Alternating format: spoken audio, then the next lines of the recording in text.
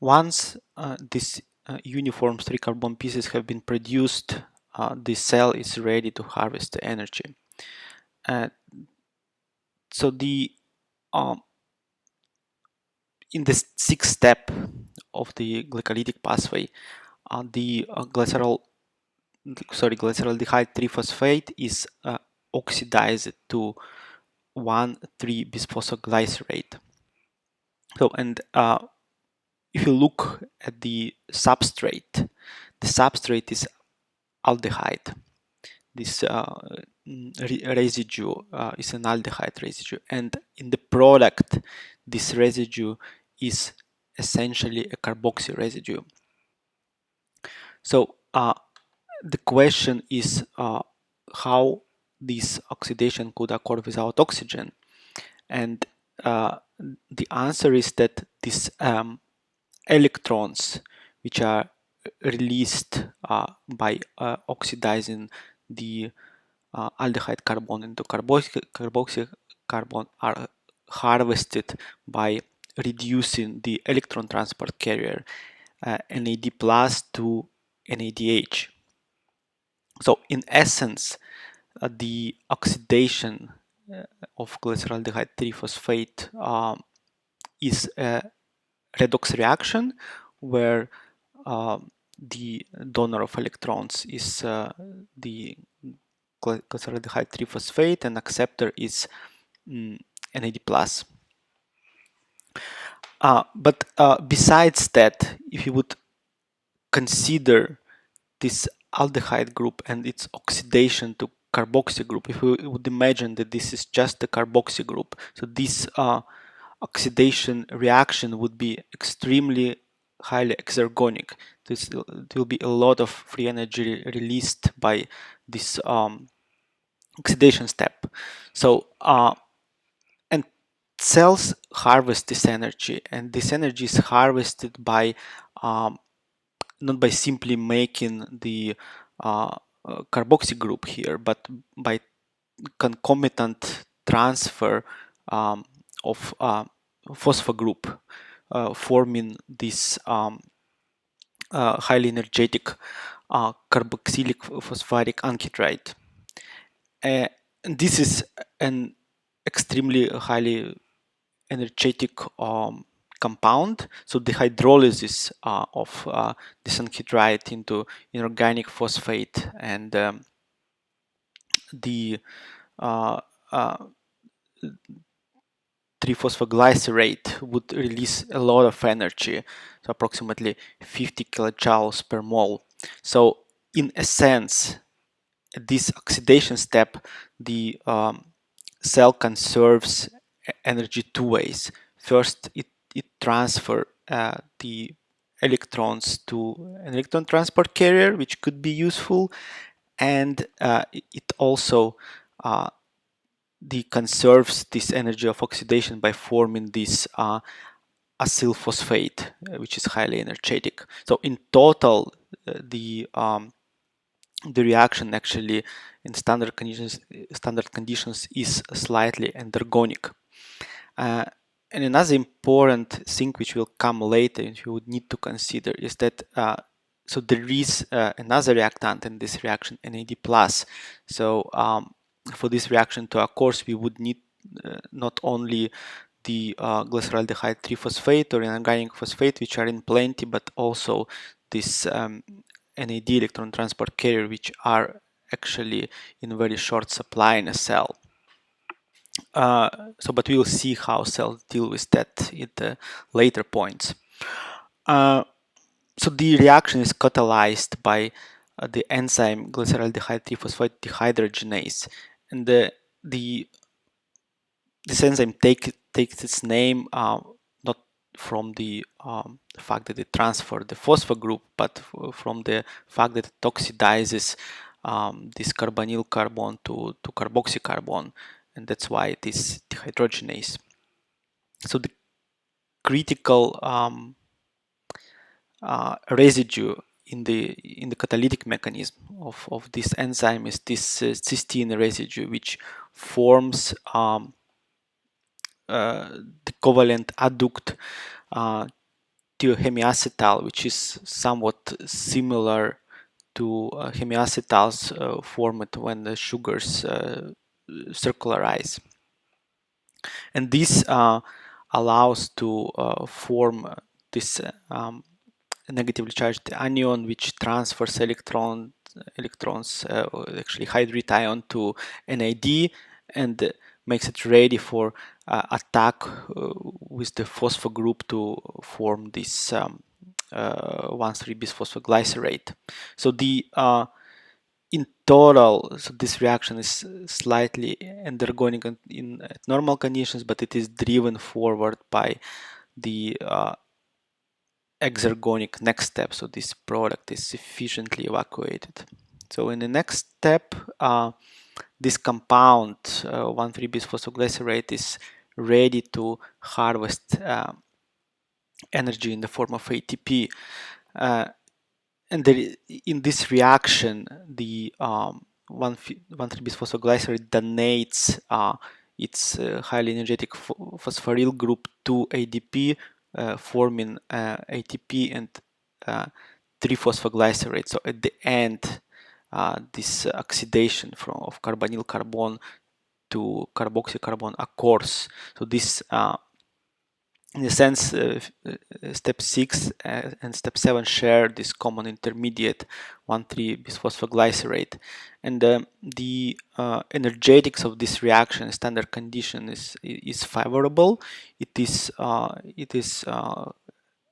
exergonic reaction. So the step 6 and step 7 are being coupled together, altogether produce the exergonic reaction. So to appreciate the energetics of this phosphor group transfer, it helps to classify the phosphoryl group compounds into highly energetic and low energetic compounds.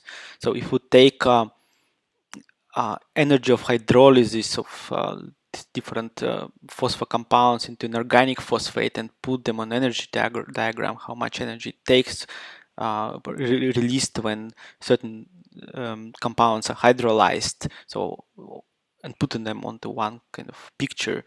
So the phosphoryl group, phosphor group in organic phosphate will be, of course, at the bottom, but hydrolysis of some of the phosphor compounds, such as glucose 6-phosphate or glycerol phosphate, would produce some energy, but little energy, less than hydrolysis of ATP.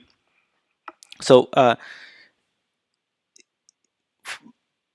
in these cases, the ATP having a higher energy of phosphate group hydrolysis could donate phosphor group and phosphorylate glucose or glycerol.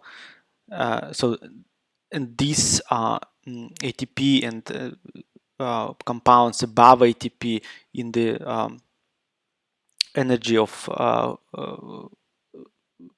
phosphoryl group release are considered as low energy compound, and something which is below ATP, or sorry, high energy compound, something which is below low energy compound. So this kind of shows the logics of phosphor group transfer. ATP can transfer phosphor group to low energy compound, but high energy compounds can transfer phosphor group to ATP.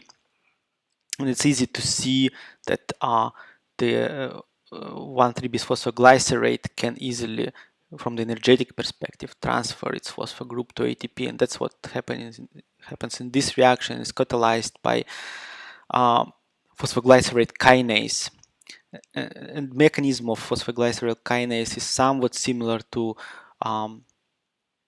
the hexokinase, where the critical mechanism of catalysis is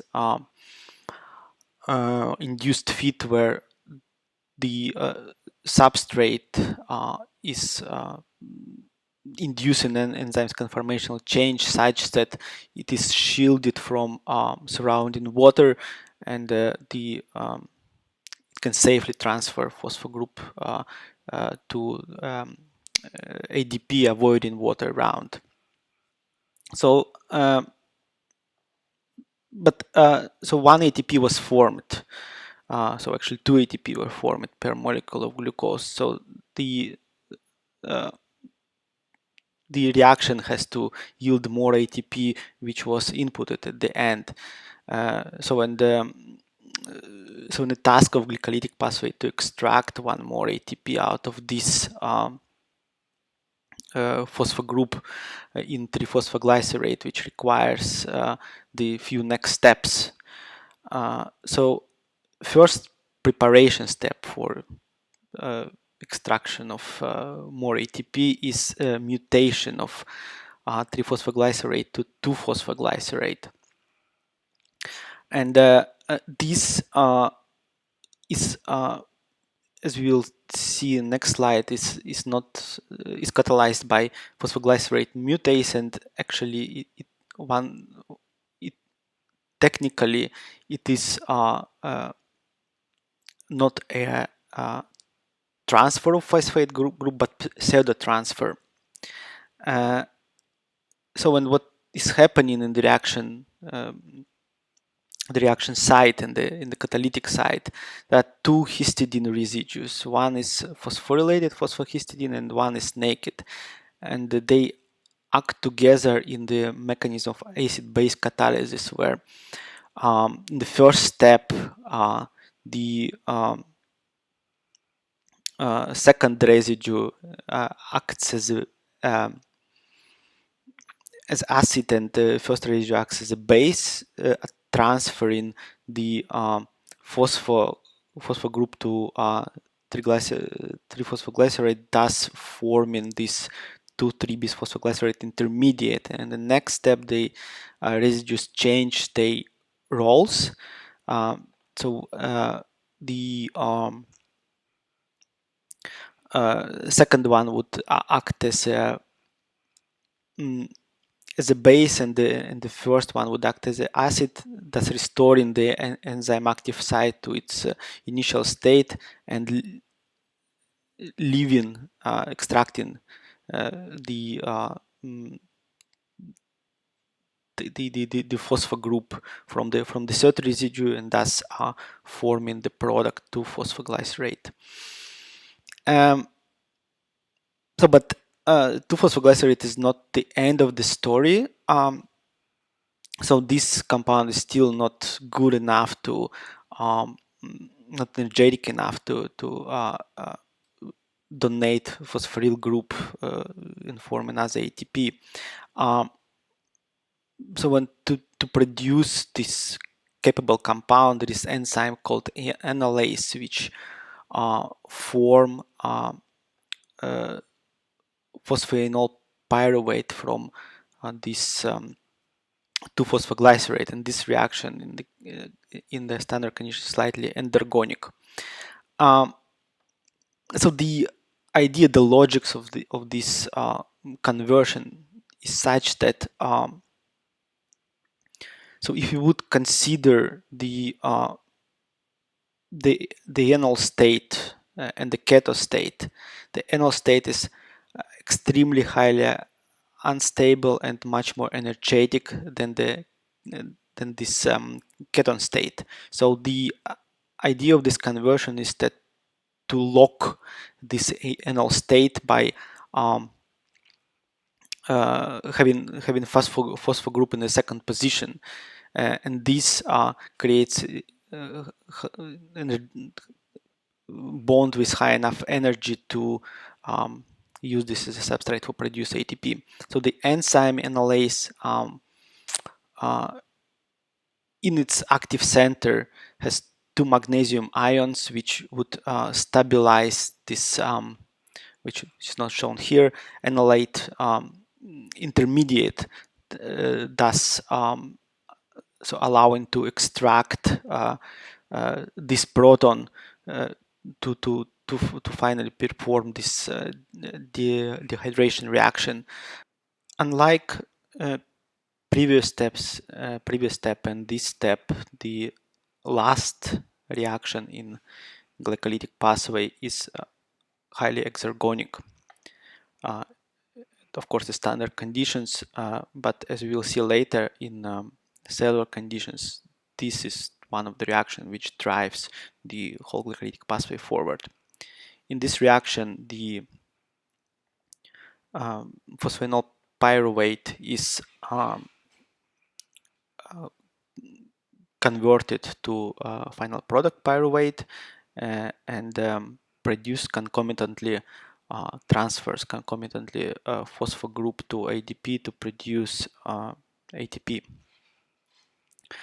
The reaction is catalyzed by enzyme pyruvate kinase, which performs the substrate level phosphorylation, in essence similar to the previous ATP generation step by phosphoglycerate kinase.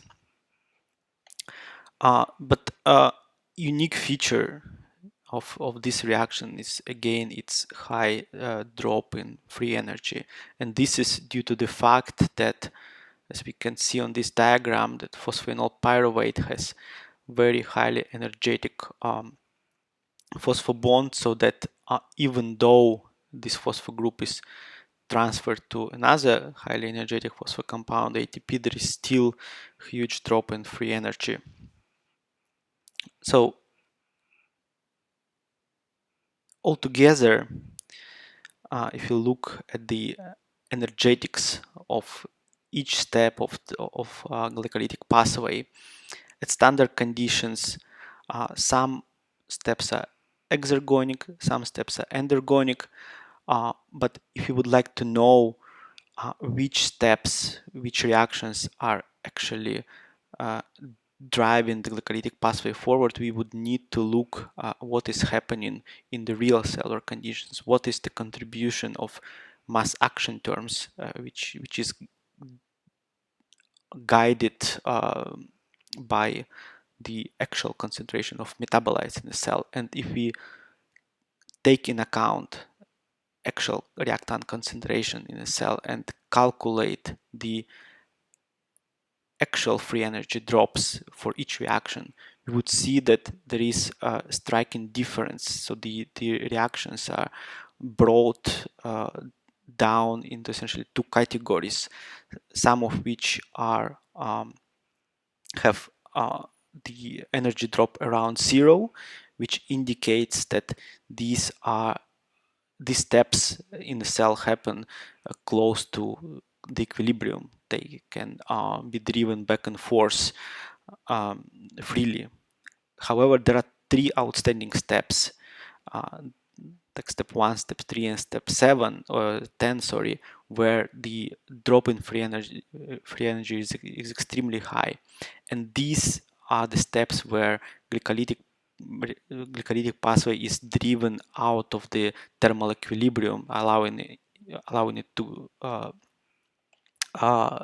proceed forward. So if in standard cellular conditions we input one of the glucose molecules, one glucose molecule, because of these three reactions with high free energy drop, it will be immediately drained through the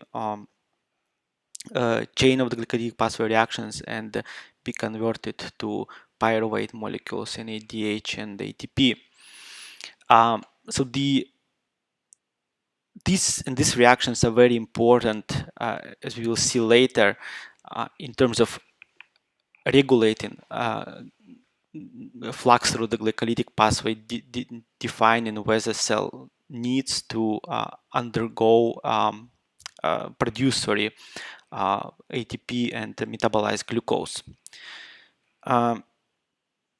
So another aspect is the final output of the pathway, input and output of the pathway. We started with one glucose molecule, two ATPs and two NAD+, and we end up with two pyruvate molecules, four ATP molecules, and two NADH, which is a reduced form of this NAD electron transport carrier. So altogether, what we gain in terms of carriers from the reaction. We have two ATP molecules, which are energy carriers, and two NADH molecules, which are electron carriers. So there are two questions, legitimate questions. First, where cell would get the oxidized form of this electron transport carrier NAD to continually drive this reaction forward. And another legitimate question: why cell would like to metabolize glucose through the glycolytic pathway if so little ATP is produced? And to answer this question, we would need to look at glycolytic pathway in the wider cellular context, which we will do in the next parts.